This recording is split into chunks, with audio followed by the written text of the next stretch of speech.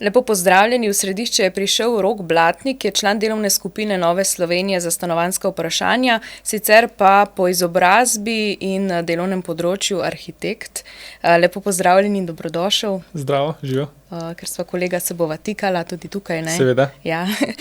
Govorila bova torej o stanovanjski politiki, ki je v zadnjem času v ospredju predvsem zaradi vladnih visokoletečih obljub o številu in dostopnosti stanovanj. NSi seveda zagovarjate cilje, pa vendar lahko ponudi celovitejši pristop k tej, lahko rečemo, težavni in kompleksni tematiki. Verjetno pa se je najbolj smiselno lotiti pri napihnjenem nepremičninskem trgu, ki zmanjšuje dostopnost do lastniških stanovanj, lahko rečeva, da po ceni in količini. Nepremičnin je premalo, zato dosegajo visoke cene, ker so cene visoke, so ta stanovanja dostopna pretežno premožnejšim. Za premožnejše pa so nepremičnine investicija, ki ni nujno v obtoku. Po tržni logiki bi torej morali več graditi, da bi cene padle, potem pa se odpre vprašanje ustreznih zemljišč pri dobivanju dovoljenj. Bi tukaj lahko začeli? Drži. To je en tak velik problem, ki se v bistvu niti ne pojavlja, ampak kar traja. Odkar se spomnim, odkar sem v projektiranju, je ta isti problem, da v bistvu je vse skupaj predrago in posledično v bistvu, oziroma razlog zemljiščni, to poslušam že odkar sem projektivi, zemljiščni, ker tudi, ko gledamo ceno stanovanja ali pa hiše, nekaj se da narediti tudi pregradni, da bo cenejša, ampak glavnino stroška in izzivov pa predstavlja zemljišča. In to danes, ko pridejo investitorji, tudi inženiringi v pisarno, do nas pa rečejo, mi bi pa nekaj gradili, glavni problem je ni zemlje. Vsi vprašajo, če boste vedeli, da kdo kaj prodaja, dajte kaj omeniti, ne. Tisto, je pa v bistvu ta bolj zanimiv del, ki pa mogoče ljudje ne vejo, pa to, da v bistvu zemljišč zazidljivih je ogromno. Res ogromno. Tako velik, da marsikakšna občina ne dobi novih zazidljivih zemljišč, ker je ministrstvo, in to čisto upravičeno, reče, vi imate toliko stavbnih zemljišč, ki so nepozidana, da vam ne damo novih. Zdaj, razlogi, zakaj je toliko neizkoriščenih stavbnih zemljišč, jih je več, eni so bolj kompleksni, eni manj. Tisti ta najbolj pogosti so to, da ni komunalno opremljeno, se pravi, niso urejeni dostopi, elektrika, voda itd., tako da v teoriji je zemljišče zazidljivo, ampak ni možno gor graditi, ker se ne da sploh recimo prijeti zraven. Ni lastništvo urejeno, kar je tudi dosti pogost pojav. Nekdo je lastnik neke zemlje, ko umre, se to razdeli na dediče in ker imamo tako zakonodajo, da se morajo vsi soglašati, se zelo hitro zgodi, da že tam, ko ste 2 ali pa 3 dediči, kaj šele polkih rata 14-15, ki so še vnuki v igri, nekdo se ne strinja in s tistim zemljiščem se pol nič ne zgodi. To, še dodaten problem so pa recimo, če čisto izpostavim, en urbanističen del, ki so ga pa uvedli nekaj let nazaj, so pa OPPN-ji, občinski podrobni prostorski načrti, kjer je bila recimo osnovna ideja zelo dobra, ja. Se pravi, zemljišča, ki nimajo pravilne oblike, zemljišča, ki se jih ne da urediti, tiste, ki smo jih prej naštevali, ki niso komunalno opremljena. Za ta zemljišče je treba narediti OPPN, s katerim se na novo definira oblike parcele, se uredi ceste, komunalo, vse super. Zdaj, če se niso uredili oziroma kaj so tako malo optimistično predvideli, ker so spremljali te zakone, država je kar predvidela, da bo te OPPN-je financirala občina in da bo tudi izgradnjo komunalne infrastrukture za ureditev teh parcel financirala občina. V smislu, občina bo pa potem dobila to nazaj prek komunalnega prispevka. Vse lepo in prav, problem je samo v tem, da to so kar ogromni zneski. To govorimo, da so, ne vem, OPPN-ji stanejo 30-50 tisoč evrov in več, komunalna infrastruktura lahko še več. In občine enostavno tega denarja nimajo, da bi zalagale toliko veliko, da bi pol dobile nazaj s komunalnimi prispevki. To je nekako grob oris teh problemov, zakaj v bistvu ni zazidljivih zemljišč, čeprav jih je zelo veliko. Ja. In se pravi, kaj bi bil potem naslednji korak?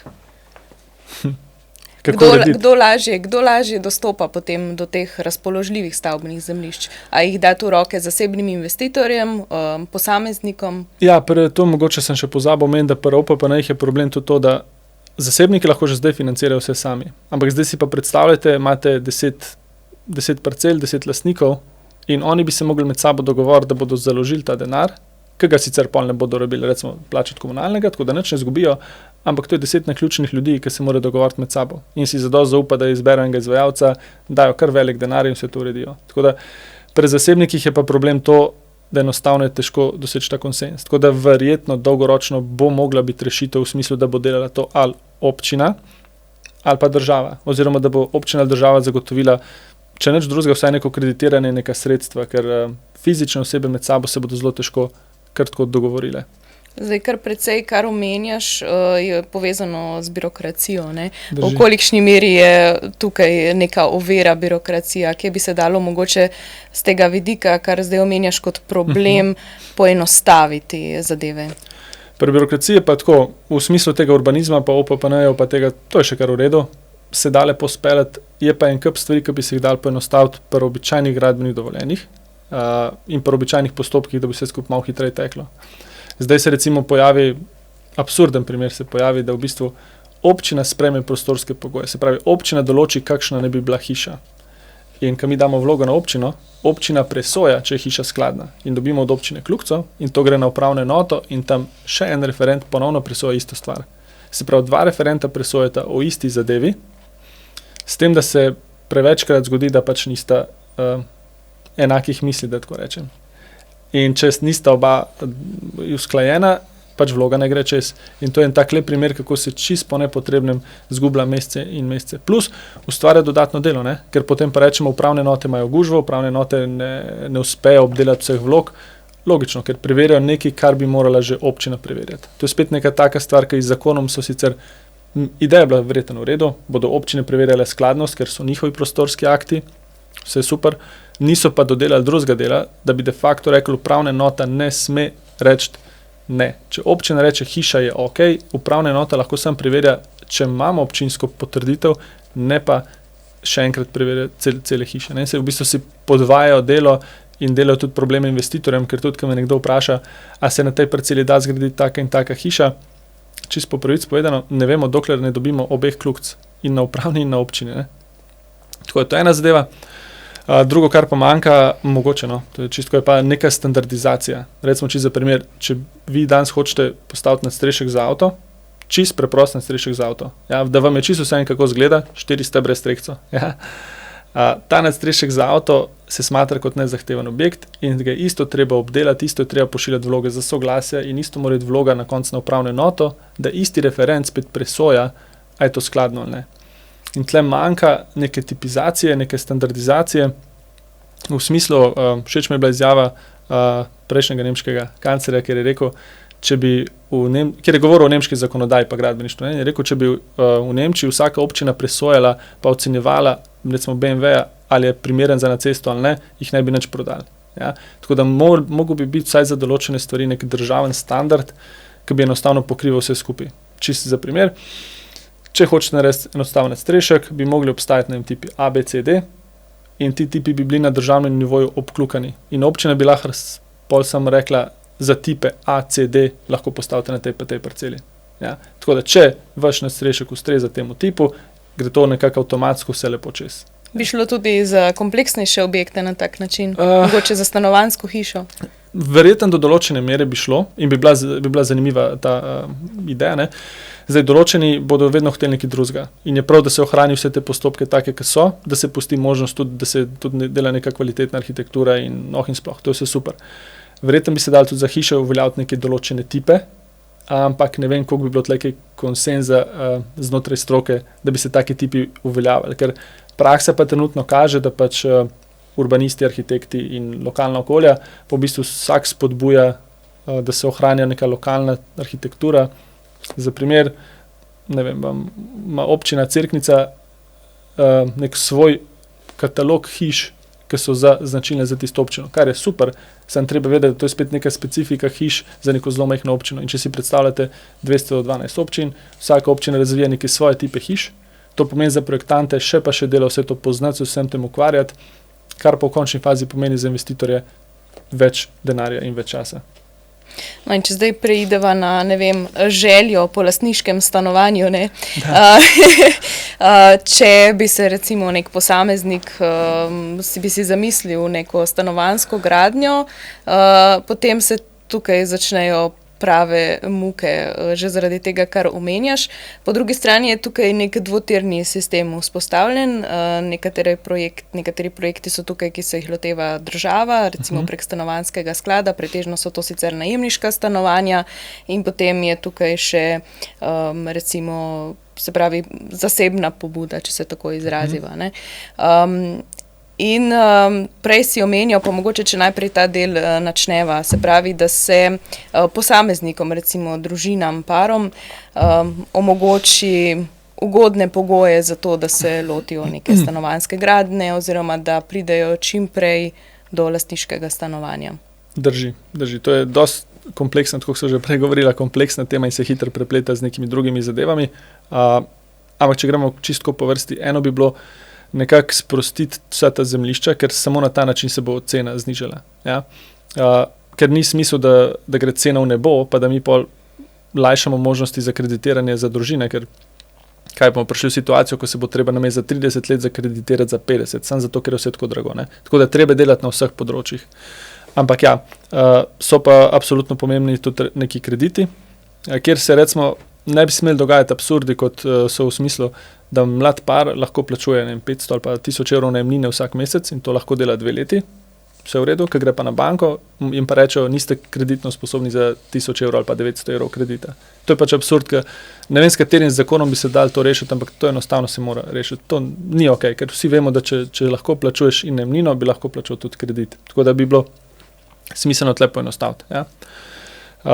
Drugo je to, ko imamo najemniška stanovanja ali pa lastniška stanovanja, prav je, da so tudi najemniška, ker v marsikakšnem primeru pride prav in za koga so boljš, ampak močno verjamemo, da bi mogli biti najemniško stanovanje boljše oziroma bi mogli predstavljati boljšo opcijo, ne edini izhod v sili. Ne? Se pravi, če bomo prišli enkrat v situacijo, ko bojo lastniška stanovanja dejansko dosegljiva, pa se bojo ljudje vseeno odločili za najem, vse super, ne? Nikakor pa ni okej, da se ljudje odločajo zdaj za najem preprosto zato, ker ne morejo niti sanjati o lastniškem stanovanju. Tako da, tle je še ta razlika.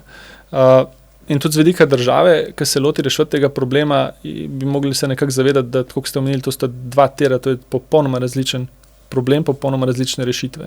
Ja? Ker v tem zadnjem zakonu, ki so ga predlagali, se ogromno govori o stanovanjskem skladu, kar je vse super, ampak najemniških stanovanj v Sloveniji ni veliko.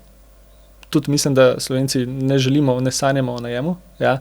To je zelo lep primer, mi nekdo rekel, a si že kdaj slišal koga, da je rekel, če bi pa zadev na lotu, bi se pa jutri preselil v eno ogromno najemniško stanovanje. Ni, ne, vsak reče, bi pa kupil nekaj. Tako da pač treba je poslušati ljudi in ni prav, da bi zdaj mi kot strokovnjaki ali pa politika rekli, ne, zdaj pa je treba vsi moramo živeti v najemu. Ne, če vsi ali pa če večina hočejo imeti lastniška stanovanja, je treba temu slediti. In če teh ljudi 80%, pa je bilo tudi smiselno, da se pripravlja zakone, rešitve, predloge, da se 80% energije vloži v lastniška oziroma kako pride do lastniških stanovanj in samo 20% v najemniška, recimo. Če je nekdo tudi v najemu, ne, ti tudi omenil si, ne, da tega ne smemo jemati kot izhod v sili oziroma tega na dolgi rok jemati kot upravičeno, da je nekdo dalj časa, se pravi, v najemu, ne, in spodbujati to, če si večina želi lastniško stanovanje. Nam ni morda v interesu, torej, da si prizadevamo, da je najem začasen. Da torej nekomu pravzaprav na ta način pomagamo prebroditi neko stanovanjsko krizo, mu pripomore recimo država v tem primeru k temu, da se postavi na lastne noge, gre na svoje in mogoče sprosti mesto nekomu drugemu. Tako je, v bistvu to, kar govorite, je ista zgodba, samo z druge strani. Če večina ljudi sanja o lastniškem stanovanju, bo najem tako začasna rešitev. Ja? Tako da se popolnoma strinjam. Govorim zato, ker zdaj ni tako. Ne? Zdaj pravzaprav velikokrat je tako, da v teh neprofitnih stanovanjih ostajajo ljudje leta in leta in leta in se ta vrsta samo podaljšuje, gradijo se nova stanovanja. Ne? Drži.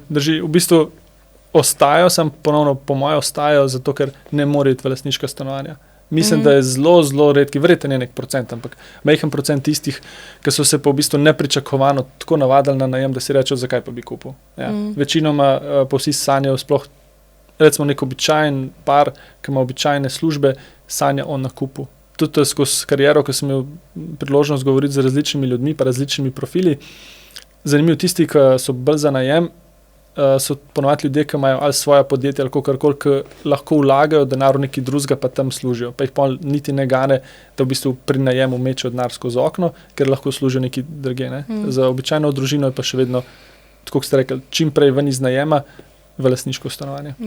Vendarle dobro, če govoriva o recimo temu državnih, občinskih, javnih stanovanjih, je mogoče malce drugače, ker je naslov lahko prijavljen in na naslov so ponavadi vezane nekatere pravice socialne, družinske. Medtem ko potem imamo še ta zasebni trg, ki je precej nereguliran, ker je tudi veliko sive ekonomije, kjer so ljudje tako rekoč ne obstajajo, ne? Ne obstajajo ne ljudje, ne ta stanovanja kot najemniška. Ne? Zasebni najemniški trg. Tako, ja. Ja, tle je tudi en kup stvari, ki je bilo za urediti. To je sicer korak v pravo smer znižanje davka za oddajanje v najem, tako da bo sigurno spodbudil ljudi, da malo več dajo v najem. Mislim pa, da bi mogli pri zasebnem najemu se v bistvu posvetiti tistim 5 ali pa 10% na obeh straneh, tako najemodajalcev kot najemnikov, ki so problematični. Ja. Ker zdaj se zgodijo razni primeri, zaradi katerih pol ljudje absolutno, recimo, sploh nočejo dati v najem in imajo rajš prazna stanovanja. Ja. Čisto spet primer iz prakse, ker nisem sploh mislil, da se kaj takega lahko zgodi.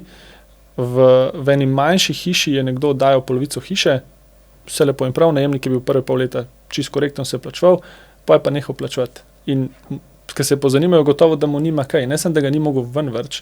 Ta najemnik je dobesedno, očitno bil res mal neprijazen, dobesedno si vzel čas in je celo noč z nekim zvijačem ali s kladivom trkal po radiatorski cevi, ker je pač hiša ima en radiatorski sistem in je odmeval po celi hiši.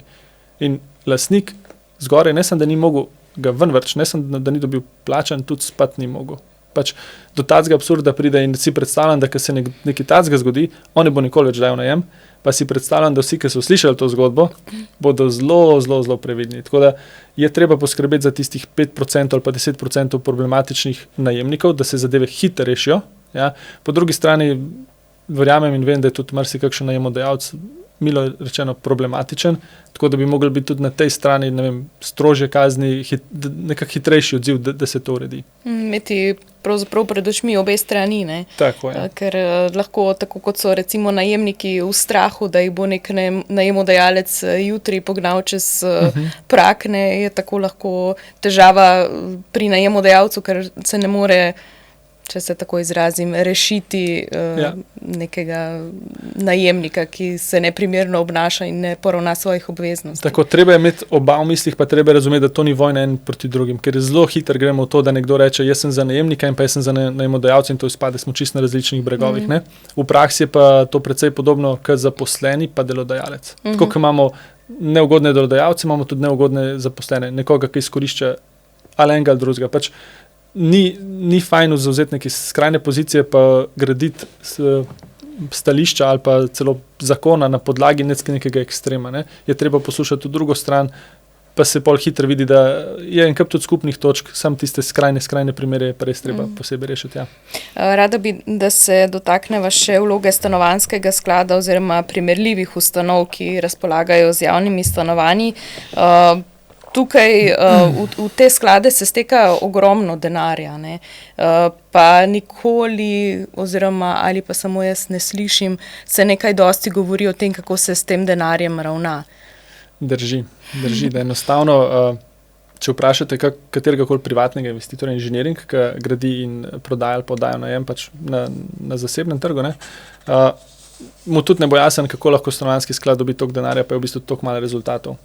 To je zdaj spet ena kompleksna zadeva. Samo funkcioniranje stanovanjskega sklada, čisto operativno funkcioniranje. Se pravi, recimo, ko stanovanjski sklad že dobi zemljišče, že dobi finance, kako od tam naprej to zapelje. Ja. Ali je sploh primerljiv z nekimi zasebniki, ki gradijo. Ker če stanovanjski sklad ne more tekmovati z nekimi zasebniki, ker tekmovati, ne, je zelo vprašljivo, kaj sploh dela. Ne. Druga zadeva je pa samo financiranje, pa sam pristop do tega. Pri nas imamo, sicer lahko je več teh skladov, ampak se nekako niso prijeli, se niso obnesli, nekako to ne funkcionira, ne zaživi. Ne. Če pogledamo kakšno drugo evropsko državo, mislim, da ima Danska, ima drugačen sistem, ki se ti skladi financirajo projektno. Se pravi, teh skladov je ogromno, vsak sklad reče, zdaj imamo tle zemljišče, naredili bomo tak projekt in zato zberejo finance in mislim, da imajo celo tako nastavljene mehanizme, da lahko zberejo sredstva od privatnih investitorjev, od podjetij, od zasebnikov, tako da imajo v bistvu neomejen kapital oziroma možnost dobiti kapital je skoraj neomejena. Ne? To je čist drug sistem. Pri nas vse baziramo na tem, da bo država dala. In tako se je prej rekla, problem je že to, kako se sploh dela s tem denarjem. Ja, ker recimo na Danskem je pa vse gre za neko zasebno javno povezavo in tam je mal večja kontrola, ker pač vsi malo bolj pobrigajo za svoj denar. Tle pri nas je pa vse bazira samo na tem skladu in vprašanje, kako se porabi, plus vprašanje, odkot prije sploh ta denar. Tudi to, so zdaj predlagali 100 milijonov na leto, super, ampak to je tako, vse bi lahko rekli tudi 500 milijonov, ampak bo to res vsako leto? A bo, mislim, odkje je ta vir financiranja, da bi pokazali, da je to vzdržno? Jaz prihajam iz nekega poslovnega okolja, mene tole osebno ni čisto prepričalo, ker jaz v svoji firmi pač ne bil podko spred, da pač, ok, bomo kar namenili takle denar, brez da bi vedeli, kje ga bomo vsako leto vzeli. Ja. Mogoče bova za zaključek bi rada narediva en malce politični pridih. Meni tak spin, ne, zdaj če ob vsem tem, kar sva zdaj govorila, nastaviva ogledalo temu, kar se kot problematiko vidi oziroma se je loteva aktualna vlada. Imamo recimo zakon o gostinstvu z omejevanjem kratkoročnega najema, s čimer naj bi tudi pospešili oziroma recimo sprostili najemniški trg, pa ti stanovanjski zakoni, kjer se še krepi vloga stanovanjskega sklada, ne, pa si ravno kar omenil številne pomanjkljivosti. Zdi se mi, kot da govorimo o dveh različnih svetovih, o tem, kar so zdaj vse midva obdelala, pa o tem, kar vidimo na vladni strani. Kako bi to primerjal, oziroma kaj ti zagledaš v tem ogledalu, če nastaviva vladnim ukrepom? V bistvu, ko pogledam, se to meni osebno se dosti hitro, vsaj meni se zdi, se dosti hitro pokaže, da je to pristop top-down, da je nekdo se odločil, da ve, kaj pa kako je treba narediti in se sam fokusiral na rešitve, kakršne koli že to so. Da ni naredil domače naloge, ni povprašal ljudi, ni šel od spodaj na vzgor.